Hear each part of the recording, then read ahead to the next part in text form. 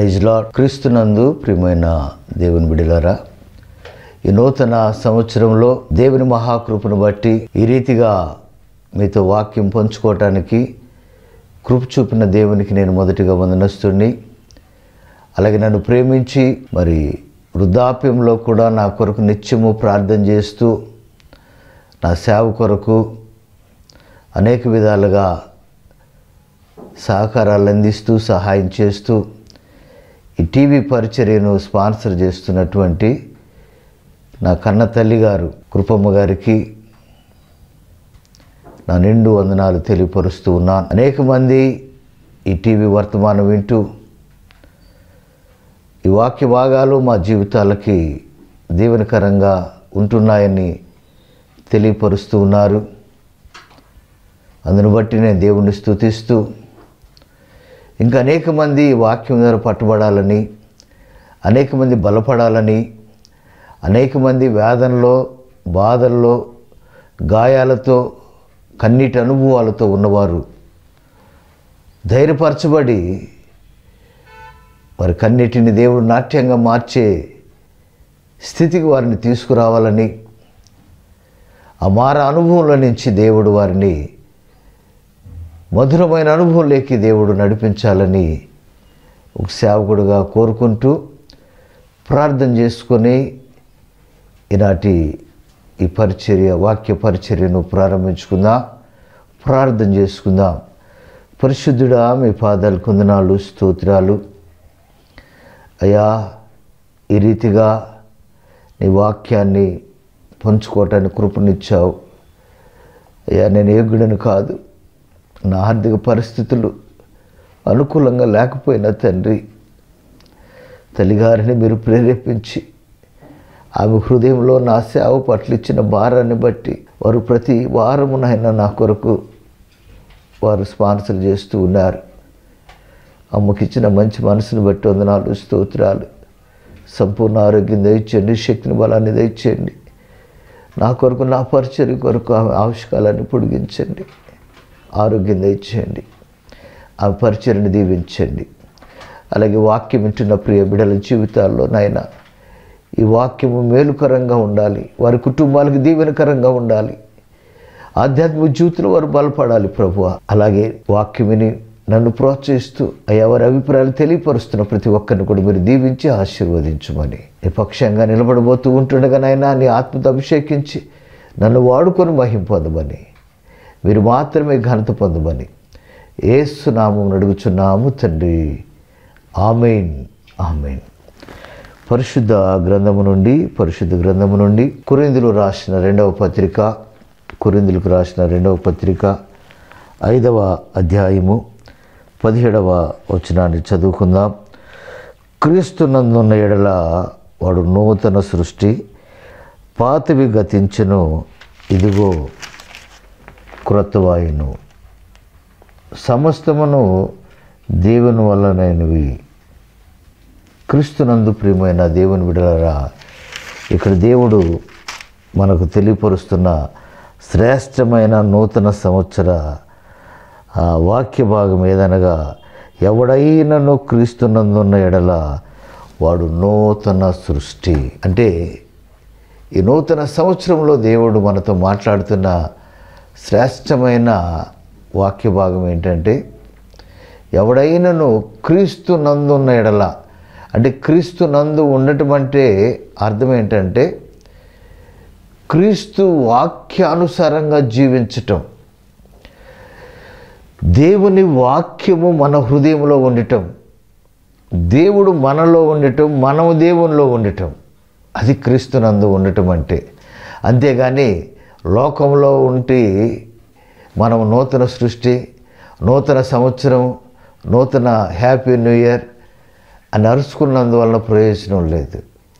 మనము నూతన సృష్టిగా మార్చబడాలి అని అంటే నూతన స్వభావము కలిగి ఉండాలి, నూతన హృదయము కలిగి ఉండాలి, నూతన ఆత్మ కలిగి ఉండాలి. రెండవది, మనలో ఎవరు ఉండాలంటే దేవుడు ఉండాలి. అలాగే ప్రకటన గ్రంథంలో అంటాడు, నేను తలుపు నద్ద నిలుచొని తలుపు తట్టుచున్నాను, ఎవడు నా స్వరమును విని తలుపు తీస్తాడో నేను వానితో, వాడు నాతో కలిసి భోజనం చేస్తాం. అంటే ఆయనతో మనం సహవాసం కలిగి ఉండాలి. ఆయన సంఘములో మనం ఉండాలి. వాక్యానుసారమైన జీవితం మనం కలిగి ఉంటే మనం క్రీస్తునందు ఉన్నట్టే.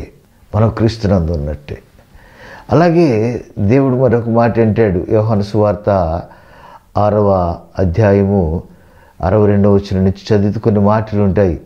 ఎవడు నా శరీరమును తిని నా రక్తమును పానము చేస్తారో అంత్యదినమందు వానిని లేపుతాను, నా యందు వాడును వాని యందు నేను నిలిచి ఉంటామంటాడు. అంటే ప్రియ దేవుని బిడ్డలారా, దేవునిలో మనం ఉండాలి. దేవుని వాక్యము ద్వారా మన బాప్తిసం పొంది రక్షించబడాలి. అలాగే ఆయన రక్త మాంసంలో పాలుభాగస్తులు అవ్వాలి. అందుకే యోహాను సువార్త 15వ అధ్యాయంలో అంటాడు, నేను ద్రాక్షవల్లిని, మీరు తీగలు. నా యందు నిలిచి ఉంటే మీరు బహుగా ఫలిస్తారు. ఎవని యందు నేను నిలిచి ఉంటాను వాడు ఫలిస్తాడు. అంటే మనం దేవునిలో ఉండాలి, దేవుడు మనలో ఉండాలి. అప్పుడే మన ఆధ్యాత్మిక జీవితాలు ఫలభరితంగా ఉంటాయి. మన ఆధ్యాత్మిక జీవితాలు దీవెనకరంగా ఉంటాయి. సంతోషాన్ని అనుభవిస్తావు, ఆనందాన్ని అనుభవిస్తావు. నీకు డబ్బు ఉన్నా లేకపోయినా. డబ్బున్న వాళ్ళందరూ ఆనందంగా ఉంటారు అనుకోమాకండి. ఆ డబ్బు కొరకు ఎన్నో ప్రయాసలు, ఎన్నో కష్టాలు, ఎన్నో నిద్రలేని రాత్రులు, ఎన్నో అడ్డదారులు. సరే, అంత కష్టపడ్డా ఏమన్నా దాని ద్వారా ఏమైనా వారు ఆనందం పొందుకుంటారంటే అది ఉండదు. అందుకే ఏసన్న గారు ఒక మంచి పాట రాశాడు. అమ్మా, నెమ్మది లేకుండా విస్తారమైన ధనమున్న యెడల ఉపయోగం లేదు. నీకు ధనమున్నా లేకపోయినా నెమ్మది ఉండాలి, మనశ్శాంతి ఉండాలి, ప్రశాంతత ఉండాలి. అది ప్రభువులో ఉందని ఒక సేవకుడిగా నేను జ్ఞాపకం చేస్తాను. నేను ప్రకటిస్తున్న యేసు నీకు సమాధానం అనుగ్రహిస్తాడు, సంతోషాన్ని అనుగ్రహిస్తాడు, నెమ్మదిని, శాంతిని, దీవెనలు ప్రభు అనుగ్రహిస్తాడు. ఈ నూతన సంవత్సరంలో ఒక వ్యక్తిని నేను మీకు జ్ఞాపకం చేయాలని ఆశపడుతూ ఉన్నాను. ఎందుకంటే ఈ రోజున కూడా ఈ వ్యక్తిలాగానే అనేక మంది జీవితాలు ఉంటూ ఉన్నాయి. క్రీస్తులోకి వస్తూ ఉన్నారు, మళ్ళీ తప్పిపోతూ ఉన్నారు.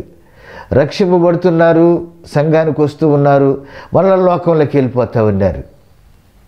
అందుకే వాళ్ళు నూతన సృష్టిగా మార్చబడలేకపోతూ ఉన్నారు. వారు నూతన ఆనందాన్ని పొందుకోలేకపోతూ ఉన్నారు. వారు నూతన అభిషేకాన్ని పొందుకోలేకపోతూ ఉన్నారు. వారు నూతన ఆశీర్వాదాన్ని పొందుకోలేకపోతూ ఉన్నారు. వారు నూతన సృష్టిగా మార్చబడాలి అని అంటే ఒకసారి వెలిగించబడి ఇక ఆరిపోకూడదు. ఒకసారి రక్షించబడి దేవుని ఆ ప్రేమను రుచి చూసి మరలా ఏదో చిన్న బలహీనత వచ్చిందనో, ఏదో చిన్న వ్యాధి వచ్చిందనో, చిన్న మన ఇంట్లో ఏదో పరిస్థితులు మనకు చేదాటిపోతున్నాయనో మళ్ళీ దేవుని విడిచిపెట్టకూడదు, దేవునికి దూరం అవ్వకూడదు, మరలా లోకంలో కలిసిపోకూడదు. అలా కలిసిపోయి ఆ ఆనందాన్ని పోగొట్టుకున్న ఒక వ్యక్తి జీవితంలో జరిగిన కొన్ని సంఘటనలు, కొన్ని అనుభవాలని ఈ నూతన సంవత్సరంలో మీ మధ్యన ఉంచాలని నేను ఇష్టపడుతున్నాను. ఒక చిన్న మాటను బైబిల్లో నుంచి నేను చూపిస్తాను, ఒక వ్యక్తిని చూపిస్తాను. ఫిలిమోను పత్రిక ఒకే అధ్యాయం ఉంటుంది. ఫిలిమోను పత్రికలో ఒకే అధ్యాయం ఉంటుంది. ఆ అధ్యాయంలో ఒక మంచి స్టోరీ, ఒక మంచి ఒక వ్యక్తి జీవితము మనకు అక్కడ కనపడుతుంది. చూడండి, మొదటి అధ్యాయంలో, ఒకే అధ్యాయంలో 10-11 వచనాలు నేను చదువుతాను. మీరు ఒకవేళ ఎవరైనా బైబిల్ ఉంటే మీరు చూసుకోండి. 10-11 వచనాలు. ఇక్కడ ఒక మంచి మాట రాయబడింది. క్రీస్తునందు నాకు బహుధైర్యము కలిగి ఉన్నాను. వృద్ధుడను ఇప్పుడు క్రీస్తు యేసు ఖైదీనై ఉన్న పౌలును నేను ప్రేమను బట్టి వేడుకొనుట మరి మంచిదనుకొని నా బంధకముల్లో నేను కనిన నా కుమారుడగు ఒనేసిము కోసరము నిన్ను వేడుకొనుచున్నాను. అతడు మునుపు నీకు నిష్ప్రయోజమైన వాడే, కానీ ఇప్పుడు నీకును నాకును ప్రయోజనకరమైన వాడాయను. నా ప్రాణము వంటి వాడైన అతనిని నీ వద్దకు తిరిగి పంపియున్నాను. ప్రియ దేవుని బిడ్డలారా, ఇక్కడ ఒక వృత్తాంతాన్ని దేవుడు రాయించాడు. ఒక అధ్యాయమే, ఒకే అధ్యాయము 25 వచనాలు ఉన్నాయి. 25 వచనాలు, కానీ జీవితాలను మార్చే వాక్య భాగం అది. జీవితాలను బలపరిచే వాక్య భాగం అది. చాలామంది ఆ అధ్యాయాన్ని చదవరు. చాలామంది ఆ ఒక్క అధ్యాయమే కదని విడిచిపెడతా ఉంటారు. కానీ ఒక్క అధ్యాయమైనా జీవితాన్ని మారుస్తుంది. యోధా పత్రిక ఉంది, ఒక్క అధ్యాయమే, శ్రేష్టమైన మాటలు ఉన్నాయి. 23 వచనాలు ఎన్నో ఉంటాయి. శ్రేష్టమైన మాటలు, శ్రేష్టమైన ఒక్కొక్క వచనం ఒక్కొక్క ప్రసంగం చేయొచ్చు, అంత మంచి మాటలు ఉన్నాయి. అలాగే ఈ అధ్యాయము చాలామంది దీని మీద మనసు పెట్టరు, చాలామంది దీన్ని చూడరు కూడా.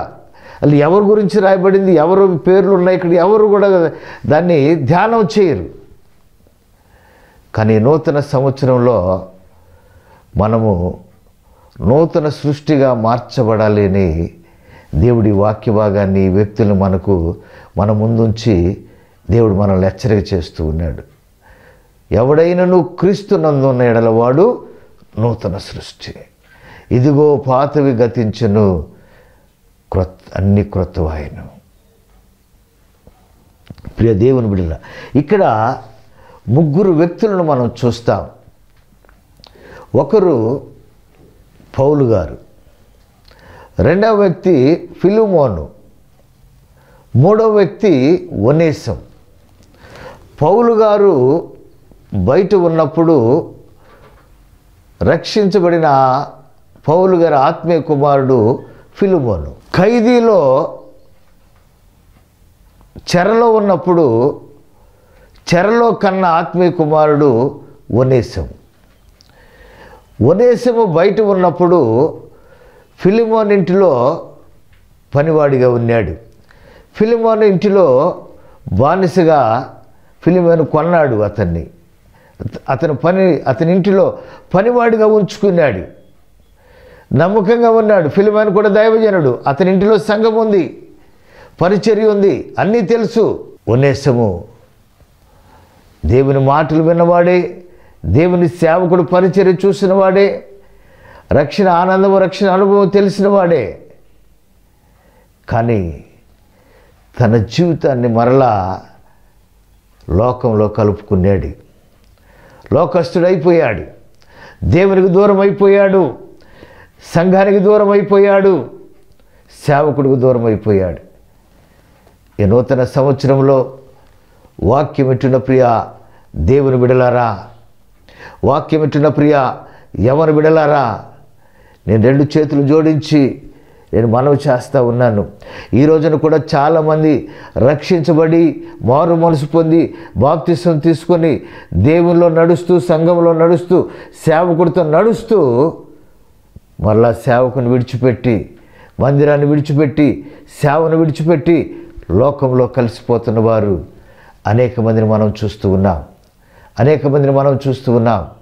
అనేక మంది వాక్యం వింటున్న వారిలో కూడా అటువంటి వారు ఎవరైనా ఉండొచ్చు. నేను అంటాను, క్రీస్తులో ఉంటే నీకు ఆనందం, క్రీస్తులో ఉంటే సంతోషం, క్రీస్తులో ఉంటే నూతన సృష్టి, క్రీస్తులో ఉంటే అదో గొప్ప భాగ్యం. కానీ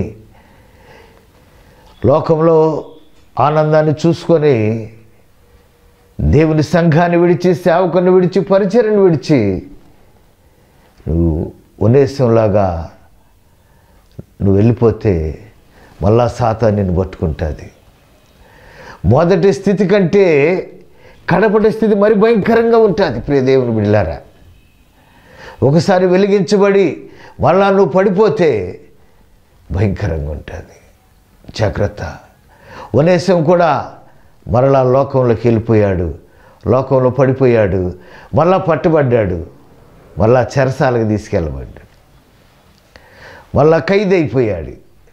ఆ ఖైదీకి వెళ్ళిన తర్వాత ఆ ఖైదీలో ఒక సేవకుడు ఉన్నాడని తెలుసుకున్నాడు. కారణం ఏంటంటే ఫిలిమోను అనే సేవకుడి దగ్గర నుంచి వచ్చినాడు కాబట్టి ఆ సేవకుడి విలువ తెలుసు, ఆ పరిచర్య విలువ తెలుసు, ఆ పరిచర్య ఆనందం తెలుసు. కాబట్టి పశ్చాత్తాపడుతున్నాడు, తప్పు తెలుసుకున్నాడు. పౌలు గారి దగ్గరికి వెళ్ళి తన జీవిత చరిత్ర అంతా, తను ఏ రీతిగా పట్టుబడ్డాడు, ఏ రీతిగా ఫిలిమోను దగ్గర ఉన్నాడు, ఏ రీతిగా మళ్ళా ఆయన విడిచి వచ్చాడో, మళ్ళా ఏ రీతిగా చెరలేకి వచ్చాడో ఆ వృత్తాంతంతటిని తెలియపరిచాడు. అప్పుడు పౌలు గారు నీ యజమానుడైనటువంటి ఆ ఫిలిమోను ఎవరో కాదయ్యా, నా ఆత్మీయ కుమారుడే అని సంతోషపడి ఒనేసాన్ని చేర్చుకున్నాడు. అలాగే ఒనేసం కూడా ఆ చెరలో పౌలు గారికి పరిచర్య చేస్తూ ఉన్నాడు. సేవకుడికి ఎంతో గొప్ప సేవ చేశాడు. వృద్ధాప్యంలో ఉన్నాడు, ఖైదీలో ఉన్నాడు, ఒకరి మీద ఆధారపడే స్థితిలో దైవజనుడు ఉన్నప్పుడు ఒనేసం అనే యవనస్తుడు పౌలు గారికి ఎంతో గొప్ప పరిచర్య చేశాడు. వాక్యం వింటున్న ప్రియ దేవుని బిడ్డలారా, నేను మనవి చేస్తూ ఉన్నాను, నీ ఆత్మీయ తండ్రికి, నీ సేవకుడికి నువ్వు పరిచర్య చేయి, దేవుడు నిన్ను, నీ కుటుంబాన్ని దీవిస్తాడు. నీ సేవకుడు ఒకవేళ వృద్ధాప్యంలో ఉన్నాడేమో, నీ చెయ్యి అందించు. ఒకవేళ ఆర్థిక ఇబ్బందుల్లో ఉన్నాడేమో, నీ హస్తాన్ని చాపు. దైవ సేవకుని వెంబడించిన వారు దీవించబడ్డారు. బైబిల్లో తిమోతి, తీతు, నువ్వెవరిని, ఎపఫ్రా, నువ్వెవరిని తీసుకో, సేవకులను వెంబడించిన వారు దీవించబడ్డారు. బర్నబా, అపోస్తులను వెంబడించిన వారు, ఆత్మీయ కుమారులు, గొప్ప సేవ, గొప్ప సేవ, గొప్ప పరిచర్య. ఏలియాను వెంబడించి ఏలియాను పరిచర్యలో ఉన్న ఎలీషా రెండంతల ఆత్మలు పొందుకుని గొప్ప సేవ చేశాడు. నీ సేవకుడు నువ్వు కష్టపెట్టొద్దు ప్రియ దేవుని బిడ్డ. నీ సేవకుడు కన్నిటికి నువ్వు కారణం అవ్వమాక, శాపాన్ని తెచ్చుకోమాక. నీ సేవకుడు నువ్వు ప్రేమించు, నీ సేవకుడిని గౌరవించు, నీ సేవకుడిని బలపరచు. ఒకవేళ నీ సేవకుడు ఏదైనా తప్పు చేస్తే, నీ సేవకుడు ఏదైనా నిన్ను కష్టపెడితే దేవునికి అప్పగించు, దేవుడే తీర్పు తీరుస్తాడు. నువ్వు దేవుని సేవకుడికి తీర్పు తీర్చే అధికారం ఈ భూమి మీద ఎవరికి లేదు. జాగ్రత్త. ఇదిగో ఒనేసం తెలుసుకున్నాడు, పౌలు గారికి పరిచర్య చేస్తూ ఉన్నాడు. పౌలు గారి హృదయాన్ని ఒనేసం సంతోషపెడతా ఉన్నాడు. ఇప్పుడు ఒనేసం ఆ శిక్ష కాలం పూర్తి అయిపోయింది. ఇక చెరలో నుంచి బయటకు వస్తూ ఉన్నప్పుడు పౌలు గారు ఒక ఉత్తరం రాస్తూ ఉన్నాడు, ఫిలిమోనుకు ఉత్తరం రాస్తూ ఉన్నాడు. ఒనేసం నువ్వు ఎక్కడికి వెళ్ళొద్దు, ఈ ఉత్తరం తీసుకొని నీ మొదటి యజమానుడైనటువంటి, నీ సేవకుడైనటువంటి, నీ సంఘ కాపురి దగ్గరికి నువ్వు వెళ్ళిపో. ఆయన ఆత్మీయ కుమారుడు, నేను చెప్పిన దానికంటే ఎక్కువ నీ పట్ల చేస్తాడు, నేను చెప్పిన దానికంటే ఎక్కువ నేను ప్రేమిస్తాడు. ఎందుకంటే నా ఆత్మీయ కుమారుడు గురించి నాకు తెలుసు, నా మాటకి ఎంత విలువిస్తాడో నాకు తెలుసు, నన్ను ఎంత గౌరవిస్తాడో నాకు తెలుసు. ఒక సేవకుడుగా, ఒక ఆత్మీయ తండ్రిగా నా పట్ల అతనికి ఉన్న ఆ వినయము, విధేయత, ఆ తగ్గింపు జీవితం, ఆ ప్రేమ, ఆ గౌరవం నా పట్ల ఉంది. అదే నీ పట్ల కూడా కలిగి ఉండేటట్టుగా ఈ ఉత్తరం రాస్తున్నాను. ఈ ఉత్తరం తీసుకెళ్ళాను. ఆ ఉత్తరంలో ఫిలిమోనుకి అన్ని విషయాలు రాసి ఒకే ఒక్క మాట అంటున్నాడు ఒనేసం గురించి. ఏమంటాడంటే, ఇదిగో ఇతను నేను ఆత్మీయంగా చెరలో కన్నాను, నువ్వు నాకు పరిచర్య చేయాల్సిన స్థితి నీ నీ నీ స్థానంలో ఒనేసం నిలబడి నాకు పరిచర్య చేశాడు. నువ్వు చేయవలసిన పరిచర్య కొంత ఎడబాటైనా మన ఇద్దరము ఒనేసం చేశాడు. నీ బాధ్యత నిర్వర్తించాడు చెరలో నా పట్ల. కాబట్టి ఇతడు తప్పు చేసి ఉండొచ్చు, ఇతడు నీకు నష్టం కలిగి ఉండొచ్చు, నీ మనసును కష్టపెట్టి ఉండొచ్చు, కానీ ఇంతకుముందు నిష్ప్రయోజకుడే. నీ దృష్టిలో అతను నేరస్తుడే, నీ దృష్టిలో ఉపయోగం లేనివాడే, నీ దృష్టిలో నిష్ప్రయోజకుడే. ఇక నమ్మకూడదని నువ్వు అనుకుంటున్నావేమో. నేను అంటున్నాను, ఇదిగో ఖైదీగా ఉన్నప్పుడు నేను కన్నాను, నేను పట్టుకున్నాను, నా వాక్యం ద్వారా మార్చబడ్డాడు. ఇక నువ్వు ఎలా మార్చబడ్డావో, నువ్వు ఎలాగ స్థిరంగా ఉన్నావో, ఒనేసిము కూడా క్రీస్తులో స్థిరంగా ఉన్నాడు, వాక్యంలో స్థిరంగా ఉన్నాడు, సేవకుల పట్ల బాధ్యత కలిగి ఉన్నాడు. ఇప్పుడు నాకు ప్రయోజకుడు, నీకు కూడా ప్రయోజకుడు. కాబట్టి నా మాట మీద నువ్వు అతన్ని చేర్చుకో, మళ్ళీ అతన్ని ఇంట్లో ఉంచుకో, నీ సంఘంలో ఉంచుకో, పరిచర్యలో వాడుకో. ఒకవేళ ఆయన నీకు ఏదైనా నష్టపరిస్తే అది నా ఖాతాలో రాయి, నేను తీరుస్తా అని చెప్పి మళ్ళీ ఒక మాట అంటాడు, నీ ఆత్మను నేను రక్షించాను కాబట్టి నీవే నాకు బాకీ. కాబట్టి ఒనేసాన్ని నువ్వు చేర్చుకో. అతను తప్పు చేశాడు, పశ్చాత్తాపడుతూ ఉన్నాడు, తన తప్పును తను తెలుసుకున్నాడు. ఇప్పుడు నీతో కలిసి ఉండడానికి, నీతో కలిసి ప్రభు పరిచర్య చేయడం, ప్రభువులో ప్రయోజకుడిగా ఉండడానికి ఇష్టపడుతున్నాడు. కాబట్టి మునుపు నిష్ప్రయోజకుడే, ఇప్పుడు నీకు నాకు ఇద్దరికీ ప్రయోజకుడే. కాబట్టి చేర్చుకో, వాడుకో అని పౌలు గారు ఉత్తరం రాస్తూ ఉన్నాడు.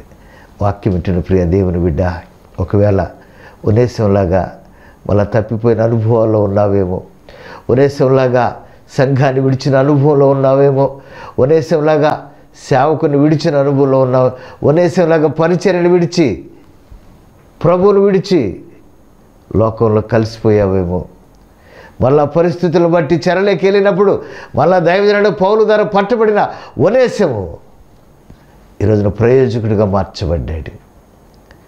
నీవు కూడా ప్రయోజకుడిగా మార్చబడాలనే 2000 సంవత్సరాల క్రితం ఆయన పరలోకాన్ని విడిచి ఈ భూలోకానికి వచ్చాడు. నశించిన దానిని వెదకి రక్షించుటకు మనుష్య కుమారుడి లోకానికి వచ్చాడు. నీ జీవితాన్ని వెలిగించాలని, నీ జీవితాన్ని నూతనపరచాలని, నీ జీవితాన్ని దేదీప్యమానంగా నిలబెట్టాలని అని కొరకు రక్తం చిందించాడు, ప్రాణం పెట్టాడు. ఒనేసిములాగా నీవు కూడా ప్రభు పాదాలు పట్టుకొని, అయ్యా నన్ను ప్రయోజకుని మార్చయ్యా, నన్ను నీ కుమారుడుగా మార్చయ్యా, నీ రక్తంలో కడుగయ్యా, నన్ను కూడా ఒక పాత్రగా వాడుకోమని నువ్వు ప్రార్థన చేయగలిగితే దేవుడు నిన్ను కూడా ఈ నూతన సంవత్సరంలో ఒక ప్రయోజకుడిగా మార్చబోతూ ఉన్నాడు. ఒక ప్రయోజకుడిగా దేవుడు నిన్ను మార్చబోతూ ఉన్నాడు. ఒకవేళ నువ్వు అనుకుంటున్నావేమో, నా తల్లిదండ్రులకి నేను ప్రయోజనం లేదు, నా భార్య బిడ్డలకి నేను ప్రయోజకుడిగా లేను, నేను ఎవరికి ప్రయోజకుడిగా లేను, అందరిని మోసం చేశాను, అందరిని కష్టపెట్టాను, అందరి మనసును గాయపరిచాను, ఇక నన్ను ఎవరు క్షమించరు, ఆ దేవుడు కూడా నన్ను క్షమించడని ఒకవేళ నీలో నీవు కుంగిపోతున్నావేమో, నీలో నువ్వు వేదన అనుభవిస్తున్నావేమో, నీలో నువ్వు తీర్పు తీర్చుకుంటున్నావేమో. అందుకే ఈ నూతన సంవత్సరంలో దేవుడు నీతోనే సూటిగా మాట్లాడుతున్నాడు. ప్రియ తమ్ముడు, ప్రియ చెల్లి, ఒక నువ్వు కూడా అనుకుంటున్నావు, నా చదువు నా ఇంటికి ఉపయోగం లేకుండా పోయింది, నా జ్ఞానము నా తల్లిదండ్రుల్ని పోషించలేకపోయింది, నేను ఎవరికి ప్రయోజకరంగా ఉండలేకపోతూ ఉన్నాను, నా బలహీనత కావచ్చు, నా విధేయత కావచ్చు అని ఒకవేళ నువ్వే నిందించుకుంటున్నావేమో, నువ్వే కన్నీరు అనుభవంలో ఉన్నావేమో, మెట్టుకు ప్రియ తమ్ముడు, ప్రియ చెల్లి, ఓ దినాన అందరం తప్పిపోయిన వారమే, అందరూ దేవునికి దూరమైన వారమే, కానీ ఆ కల్వరి ప్రేమతో దేవుడు మమ్మల్ని పిలిచాడు, మమ్మల్ని రక్షించాడు, మమ్మల్ని నిలబెట్టాడు, వాడుకుంటున్నాడు. ఒకరోజున నిష్ప్రయోజకులమేమో, విలువలేని వారమే, కానీ ఆయన్ని ధరించుకున్నప్పుడు, ఆయనతో ఉన్నప్పుడు, ఆయన మాతో ఉన్నప్పుడు దేవుడు మాకు ఘనత ఇచ్చాడు. దేవుడు మమ్మల్ని విలువైన మనుషులుగా వాడుకుంటూ ఉన్నాడు. నీ జీవితాన్ని కూడా విలువైన జీవితంగా మార్చాలని ఆయన ఇష్టపడుతున్నాడు. నేను కూడా నూతన సృష్టిగా మార్చాలని నూతన సంవత్సరంలో ఆయన ఆశపడుతున్నాడు. ప్రభు దగ్గరికి వస్తావా? తప్పిపోయిన కుమారుడు తన తండ్రి దగ్గరికి వస్తూ ఏదేదో చెప్పుకుంటూ వస్తూ ఉన్నాడు. అయ్యా, నేను నీకు విరోధముగాను పరలోకము పాపం చేశాను, నీ కుమారుడు అనిపించిన వినయోగ్యుడను కాను, నీ కూలి వారిలో ఒకటిగా నన్ను పెట్టుకోమని అడగాలని అనుకుంటూ వస్తూ ఉన్నాడు. కానీ ఆ తండ్రి దూరం నుంచి చూసి పరిగెత్తుకుంటూ వచ్చి కంపు కొడుతున్న ఆ కుమారుణ్ణి కౌగులించుకొని ముద్దు పెట్టుకుంటున్నాడు. నా యేసు ప్రభు కూడా పడిపోయిన స్థితిలో, ఓడిపోయిన స్థితిలో, పందులు అనుభవాల్లో కుట్టుముట్టాడుతూ లోక పాపము, లోక ఆశలతో సతమతమైపోతూ జీవితాన్ని పాడు చేసుకుంటున్నా తమ్ముడు, నీ కొరకు ఆయన లోకానికి వచ్చాడు, నిన్ను వెలిగించాలని, నిన్ను రక్షించాలని. ఒకసారి ఈ వాక్యం ద్వారా నీ జీవితాన్ని ప్రభు సమర్పించుకో. నువ్వు నిష్ప్రయోజకుడు కాదు. ఆయన ఒక ప్రణాళిక నీ పట్ల ఉన్నాడు, ఒక ఉద్దేశం కలిగి ఉన్నాడు. దేవుడు నిన్ను వాడుకోబోతున్నాడు. సంఘంలో దేవుడు నిన్ను నిలబెట్టుకోబోతున్నాడు. మళ్ళీ నీ కాపురి దగ్గరికి వెళ్ళు, నీ సంఘానికి వెళ్ళు. దేవుడు నిన్ను ప్రయోజకుడిగా మార్చుకొని వాడుకుంటాడు. తమ్ముడు, ఒక మాట నీ కొరకు ప్రార్థన చేస్తాను. చెల్లి, నీ కొరకు ప్రార్థన చేస్తాను. కళ్ళు మూసుకో, నువ్వు ఉన్న స్థలంలో కళ్ళు మూసుకో. ప్రభువా, నీకు వందనాలు. అనేక మంది వాక్యం వింటున్న వారిలో పశ్చాత్తాపం కలుగుతూ ఉంది, కన్నీరు కారుస్తూ ఉన్నారు. అవునయ్యా, మేము నిష్ప్రయోజకులుగా ఉంటున్నాం, మమ్మల్ని ప్రయోజకులుగా మార్చమని ప్రార్థన చేస్తూ ఉన్నారయ్యా. ఒకసారి వారిని చూడండి, వారి వేదన చూడండి, వారి గుండె లోతులో నుంచి వస్తున్న ఆ పశ్చాత్తాపాన్ని చూడండి నాయన. అయ్యా, నేతో క్షమించి నీ కుమారుడుగా, కుమార్తెగా మార్చుకొని ఈ సేవలు వాడుకోండి. వారి కుటుంబాలు దీవించండి, వారి పరిస్థితులు మార్చండి, వారి స్థితిగతులు మార్చిన ఆయన సంతోషాన్ని, ఆనందాన్ని బిడ్డలకు అనుగ్రహించమని యేసు నామమున అడుగుచున్నాము తండ్రి. ఆమేన్, ఆమేన్.